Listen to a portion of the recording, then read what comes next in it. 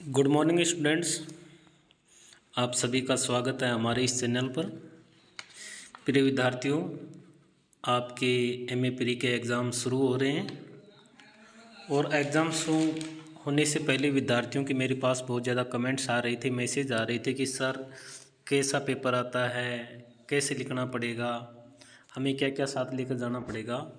तो मैं आपको बताना चाहूँगा कि यदि नियमित विद्यार्थी हैं तो कॉलेज की आईडी, और यदि कॉलेज की आईडी नहीं है तो अपना आधार कार्ड लेकर साथ में जाए, एडमिट कार्ड निकलवाए और एडमिट कार्ड निकलवाने के बाद में अपनी जो कॉलेज है उससे मोहर भी लगवाए।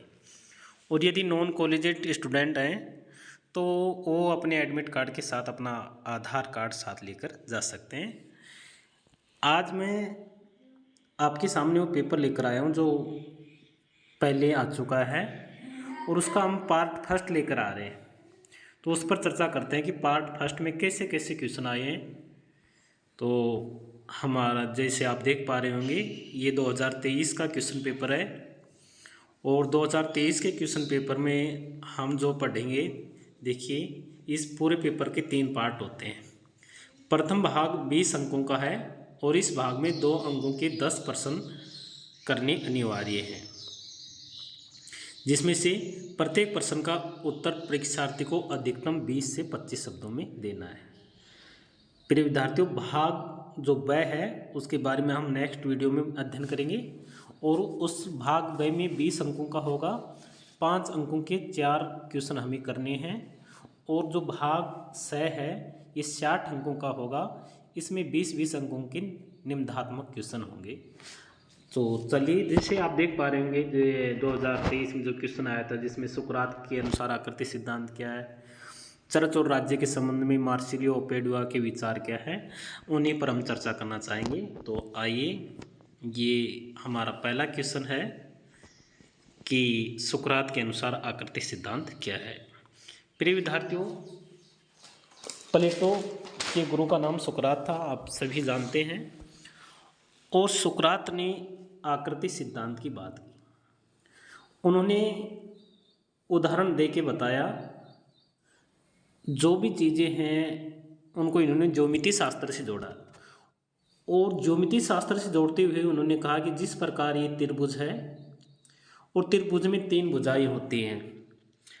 जब हम त्रिभुज में 3 भुजाएं खींचते हैं उनकी, तो कोई भी भुजाएं समान नहीं होती हैं, कोई मोटी होती है, कोई छोटी होती है, कोई बड़ी होती है, इस प्रकार की आकृति बनती है। लेकिन फिर भी हम इसको त्रिभुज मानकर उसकी व्याख्या करते हैं। उसी प्रकार ये कहते हैं कि जो राज्य होता है ना, राज्य कंप्लीट नहीं है, राज्य कंप्लीट नहीं है, लेकिन फिर भी हम राज्य को कंप्लीट मानते हुए हम उसके द्वारा बनाए गए कानूनों का क्या करते हैं, पालन करते हैं। प्रिय विद्यार्थियों, ये था सुकरात का आकृति सिद्धांत कि ये ज्योमिति शास्त्र का समर्थन करते हैं। ज्योमिति शास्त्र का समर्थन करने के साथ साथ ही इन्होंने त्रिभुज का उदाहरण लिया और त्रिभुज में 3 भुजाएं होती है, लेकिन 3 भुजाएं समान नहीं होती, फिर भी हम इसको समान मान लेते हैं। उसी प्रकार जो कोई भी राज्य है वो कंप्लीट नहीं होता है, पूर्ण नहीं होता है, फिर भी हम उसको पूर्ण मान लेते हैं।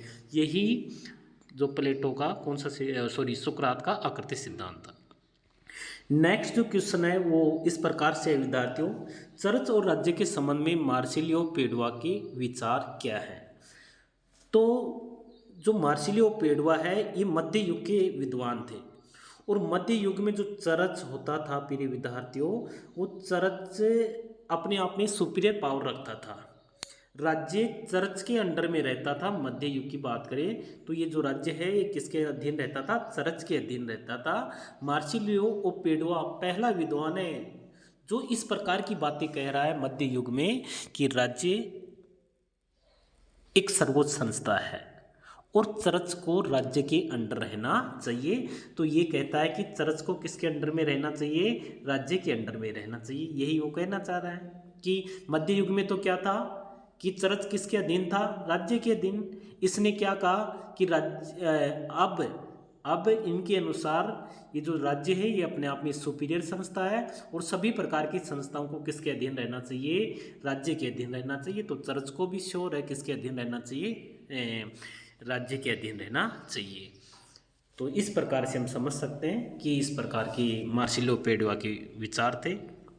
नेक्स्ट आ रहा है मानव स्वभाव पर होब्स के विचार क्या है। तो हमें 20-25 शब्दों में देना है प्रिय विद्यार्थियों। सिंपल सा है, ये मनुष्य को स्वार्थी मानता है, अहंकारी मानता है, झगड़ालू मानता है, अविवेकशील मानता है, पशुतुल्य मानता है। तो इस प्रकार मनुष्य का स्वभाव के बारे में चर्चा करते हुए कहता है कि मनुष्य स्वार्थी है, अहंकारी है, झगड़ालू है और पशुवत व्यवहार करता है। तो प्रिय विद्यार्थियों ये था होब्स के अनुसार मानव स्वभाव। नेक्स्ट जो क्वेश्चन था कि लोक के अनुसार सहिष्णु राज्य क्या है। यदि विद्यार्थियों आपको सहिष्णुता का पता है तो आप बता पाएंगे कि सहिष्णु राज्य क्या है। सहिष्णु राज्य वो राज्य है जिसमें कोई भी व्यक्ति अपने धर्म का पालन, उसके नियमों का अनुसरण करने के लिए स्वतंत्र है, उसे हम सहिष्णु राज्य कहते हैं। उसी प्रकार लोक भी कहता है कि देखो, राज्य को व्यक्ति के धार्मिक मामलों में कोई हस्तक्षेप नहीं करनी चाहिए, सभी व्यक्ति को अपने धर्म का पालन, उनके सिद्धांतों का अनुसरण करने की स्वतंत्रता प्राप्त होनी चाहिए। तो प्रिय विद्यार्थियों इस प्रकार जो लोग जो जिसे हम उदारवाद का जनक भी कहते हैं, ये सहिष्णु राज्य का समर्थन करते हैं। प्रिय विद्यार्थियों नेक्स्ट है जे.एस. मिल का बहुल मतदान का विचार क्या था। जे.एस. मिल का जो बहुल मतदान का विचार था प्रिय विद्यार्थियों, जे.एस. मिल प्रतिनिध्यात्मक लोकतंत्र का समर्थन करते हैं। देखो लोकतंत्र दो प्रकार का होता है, एक को जिसे हम कहते हैं प्रत्यक्ष लोकतंत्र और एक जिसे हम कहते हैं अप्रत्यक्ष लोकतंत्र। प्रत्यक्ष लोकतंत्र का समर्थक तो हम किसको मानते हैं, रूसो को मानते हैं, जीन जैक्स रूसो को मानते हैं। और अप्रत्यक्ष लोकतंत्र का जो अप्रत्यक्ष अर्थात हम कहें तो प्रतिनिध्यात्मक लोकतंत्र का जो समर्थक है वो कौन है, जे.एस. मिल है। जे.एस. मिल प्रतिनिध्यात्मक लोकतंत्र का समर्थन करते हुए अपना तर्क पेश करता है कि इससे जो अल्पमत हैं उनको भी शासन में भागीदारी निभाने का मौका मिलेगा। प्रिय विद्यार्थियों यहाँ जो जे.एस. मिल है वो बहुल मतदान अर्थात इन्होंने प्रतिनिध्यात्मक शासन के समर्थन में कुछ विचार दिए। एक तो इन्होंने आनुपातिक प्रतिनिधित्व प्रणाली का समर्थन किया है। तो एक तो इसने किसका समर्थन किया है, आनुपातिक प्रतिनिधित्व प्रणाली। आनुपातिक प्रतिनिधित्व प्रणाली का जो जनक है थॉमस हेयर है, इसलिए प्रिय विद्यार्थियों इसको हेयर पद्धति के नाम से भी जाना जाता है। थॉमस हेयर इस आनुपातिक प्रतिनिधित्व प्रणाली में जो भी वोट देता है वो प्रेफरेंस में देता है, वरीयता क्रम में देता है। जो एक वोटर है एक से अधिक जो उम्मीदवार हैं उनको मतदान कर सकता है, इसलिए इसको हम आनुपातिक प्रतिनिधित्व पद्धति कहते हैं, जिसका समर्थन भी किसने किया है, जे.एस. मिल ने किया है। प्रिय विद्यार्थियों इसके बाद में एक दूसरी जो पद्धति थी, हम तीनों ही पद्धतियों के बारे में चर्चा कर रहे हैं। जे.एस. मिल की दूसरी पद्धति थी इनका भारित मतदान। क्या है भारित मतदान, तो भारित मतदान का समर्थन भी कौन करते हैं, जे.एस. मिल। भारित मतदान का मतलब ये होता है कि जैसे हम कहें कि एक पढ़े लिखे व्यक्ति को अनपढ़ व्यक्ति से ज़्यादा वोट डालने का अधिकार मिलना चाहिए। जैसे हम कहें कि अनपढ़ व्यक्ति को यदि एक वोट डालने का अधिकार मिल रहा है तो पढ़े लिखे व्यक्ति को एक से अधिक वोट डालने का अधिकार मिलना चाहिए, इसे कहा जाता है भारित मतदान। और प्रिय विद्यार्थियों जो क्वेश्चन पूछा गया था उसके बारे में भी हम अभी चर्चा कर लेते हैं, और वो क्वेश्चन कौन सा था अपना, जे.एस. मिल का बहुल मतदान। और बहुल मतदान प्रिय विद्यार्थियों जैसे कि आप नाम से स्पष्ट है, बहुल मतलब एक से ज़्यादा वोटिंग करेगा। तो जे.एस. मिल कहता है कि जो भी वोटर है, जो भी मतदाता है, और जो भी मतदाता जिसकी जो संपत्ति है, जिसकी संपत्ति जिन जिन निर्वाचन क्षेत्रों में है, जिन जिन निर्वाचन क्षेत्रों में, जैसे हम कहें कि राजस्थान की बात करें, एक जो मतदाता है उसकी संपत्ति अलवर डिस्ट्रिक्ट में भी है, उसकी जयपुर डिस्ट्रिक्ट में भी है, उसकी दौसा डिस्ट्रिक्ट में भी है, उसकी जैसलमेर बाड़मेर डिस्ट्रिक्ट में भी है। तो एक मतदाता जिसकी जो संपत्ति है एक से अधिक निर्वाचन क्षेत्रों में, तो जितने निर्वाचन क्षेत्रों में उसकी संपत्ति है उतने ही निर्वाचन क्षेत्रों में उसे वोट डालने का अधिकार मिलना चाहिए। यही क्या कहलाता है, बहुल मतदान। आया समझ में कि जितने निर्वाचन क्षेत्रों में उनकी संपत्ति है, उतने ही निर्वाचन क्षेत्रों में उन्हें वोट डालने का अधिकार मिले। तो इस प्रकार बहुल मतदान का समर्थन कौन करते हैं? जेएस मिल। तो आपने जेएस मिल के बारे में बहुत ज़्यादा डिटेल से अभी जानकारी प्राप्त की है कि ये प्रतिनिध्यात्मक लोकतंत्र के समर्थक हैं और प्रतिनिध्यात्मक लोकतंत्र के अपनाने के लिए इन्होंने 3 पद्धतियों का समर्थन किया है। एक तो आनुपातिक प्रतिनिधित्व पद्धति, दूसरी भारित पद्धति और तीसरी बहुल मतदान पद्धति। आनुपातिक प्रतिनिधित्व पद्धति जिसे हम हेयर पद्धति कहते हैं, जिसमें एक वोटर एक से अधिक वोट डालने का अधिकार रखता है। भारित मतदान जिसमें अनपढ़ व्यक्ति को कम और पढ़े लिखे व्यक्ति को अधिक वोट डालने का अधिकार मिले। और बहुल मतदान जहाँ जहाँ पर जो जिस जिस निर्वाचन क्षेत्र में उनकी संपत्ति है, मतदाता की संपत्ति है, सभी निर्वाचन क्षेत्रों में उसे वोट डालने का अधिकार मिले। ये क्या कहलाता है? बहुल मतदान कहलाता है। उम्मीद करते हैं आपको समझ में आया होगा। प्रिय विद्यार्थियों, इसके बाद में नेक्स्ट क्वेश्चन जो पूछा गया था वो था टीएच ग्रीन के अनुसार स्वतंत्रता के प्रकार। टीएच ग्रीन और टीएच ग्रीन के बारे में एक फेमस कथन है कि मानवीय चेतना स्वतंत्रता चाहती है, स्वतंत्रता के लिए अधिकार आवश्यक है और अधिकार कौन प्रोवाइड कराएगा? राज्य प्रोवाइड कराएगा। मानवीय चेतना स्वतंत्रता चाहती है, स्वतंत्रता के लिए अधिकार आवश्यक है और अधिकारों की मांग ही राज्य को जन्म देती है। इस बात का समर्थन कौन करते हैं? TH green. प्रिय विद्यार्थियों, ये स्वतंत्रता के समर्थक विद्वान रहे और इन्होंने 2 प्रकार की स्वतंत्रता की बात की। एक तो इन्होंने कहा कि स्वतंत्रता होती है नकारात्मक और एक इन्होंने कहा कि कैसी होती है? सकारात्मक। नेगेटिव और पॉजिटिव स्वतंत्रता की बात करते हैं। नेगेटिव स्वतंत्रता के बारे में जो टीएच ग्रीन ये कहता है कि देखो, व्यक्ति के नैतिक उत्थान के मार्ग में जो जो बाधाएं आती हैं उन सभी बाधाओं को दूर करना राज्य का कर्तव्य है। एक तो ये कौन सी स्वतंत्रता? नकारात्मक। उसके नैतिक उत्थान के लिए जो जो बाधाएं आती हैं उन सभी बाधाओं को दूर कर। दूसरा पॉजिटिव, व्यक्ति को वे अवसर देना, वे सुविधाएं देना जिससे व्यक्ति अपना नैतिक उत्थान कर सके, नैतिक कल्याण कर सके। तो इस प्रकार टीएच ग्रीन स्वतंत्रता के 2 प्रकार बताता है। एक तो नकारात्मक स्वतंत्रता और दूसरी सकारात्मक स्वतंत्रता। नकारात्मक स्वतंत्रता का मतलब होता है व्यक्ति के नैतिक उत्थान के मार्ग में जो जो बाधाएं आती हैं उन बाधाओं को दूर करना। जैसे अशिक्षा है, अशिक्षा को दूर करना राज्य की जिम्मेदारी है। नशाखोरी है, नशाखोरी पर प्रतिबंध लगाना राज्य की जिम्मेदारी है। तो ये नशाखोरी पर प्रतिबंध लगाना, अशिक्षा को दूर करना, ये उसकी नकारात्मक स्वतंत्रताएं हैं। और सकारात्मक स्वतंत्रताएं में हम ये कहते हैं कि उनको शिक्षा के अवसर उपलब्ध कराना, नई नई स्कूल कॉलेजों की स्थापना करना, ये कौन सी स्वतंत्रताएं हैं? सकारात्मक। उम्मीद करते हैं कि आपको ये समझ में आया होगा।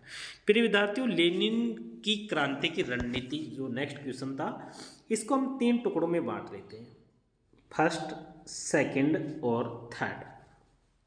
पहला जो भाग ये कहता है कि ए विचारधारा की भूमिका।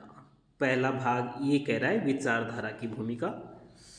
इसको हम यदि आप ये समझ पाएंगे तो लेनिन को समझ पाएंगे। लेनिन बोल्शेविक क्रांति का सूत्रधार माना जाता है। जी, आप देख पा रहे हो कि बोल्शेविक क्रांति के बाद में सोवियत संघ में जो रूस है वहाँ पर साम्यवादी शासन की स्थापना हो जाती है। आपने मार्क्स का नाम सुना होगा और मार्क्स ये कहता है कि विचारधारा की आवश्यकता, पहला पॉइंट है विचारधारा की आवश्यकता किन को पड़ती है?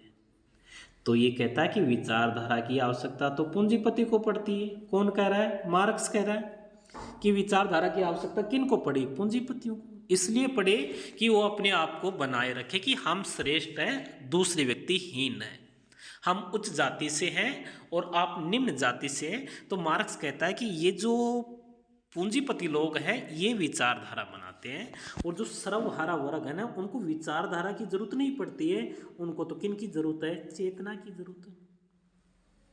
कौन कह रहे हैं? मार्क्स कह रहे हैं। लेनिन इसमें सुधार कर रहा है कि ये कह रहे हैं ना ना ना ना ना ना, विचारधारा की जरूरत है पूंजीपतियों को भी पड़ती है और उतनी ही विचारधारा की जरूरत किनको पड़ती है? साम्यवादियों को भी पड़ती है। तो इस प्रकार से इन्होंने पहली बात किसकी कही है? विचारधारा की कही कि इनको सर्वहारा वर्ग को भी विचारधारा की आवश्यकता पड़ेगी और पूंजीपति दोनों को विचारधारा की आवश्यकता पड़ती है।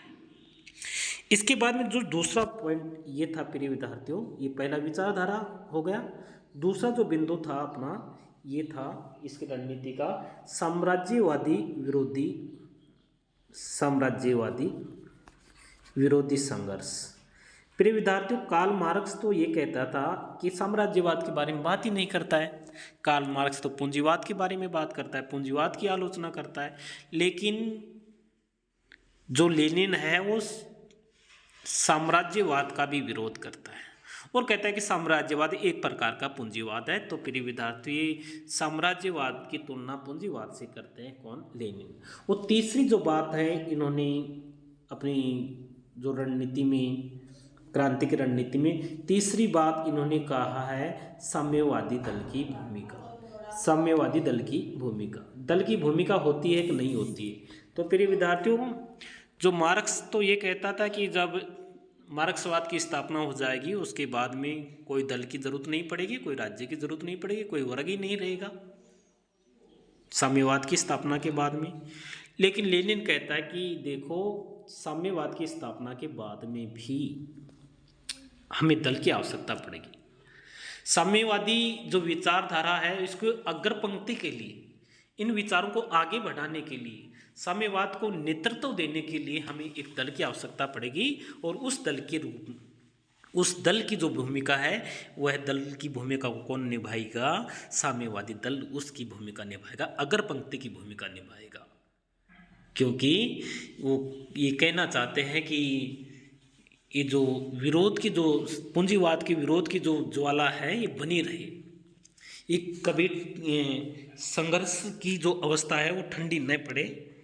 क्रांति की शक्तियों को सक्रिय बनाने के लिए, जो पूंजीवाद के खिलाफ जो क्रांति की जा रही है, उन शक्तियों को सक्रिय बनाने के लिए हमें किसकी आवश्यकता पड़ेगी? हमें साम्यवादी दल की आवश्यकता पड़ेगी। तो प्रिय विद्यार्थियों, इस प्रकार ये लेनिन की क्रांति की रणनीति, ये जो क्वेश्चन है ये भी पूरा हो रहा है। और इसके बाद में प्रिय विद्यार्थियों, जो वीडियो है वो अपना लंबा होता जा रहा है, तो उम्मीद करते हैं आज की क्लास को हम यहीं पर स्टॉप करते हैं और जो नेक्स्ट पार्ट तो उसमें पढ़ेंगे। आपका दिन शुभ रहे, आप इसी प्रकार से आपका प्रेम और स्नेह बनाए रखें। धन्यवाद। आपका अपना BP सर।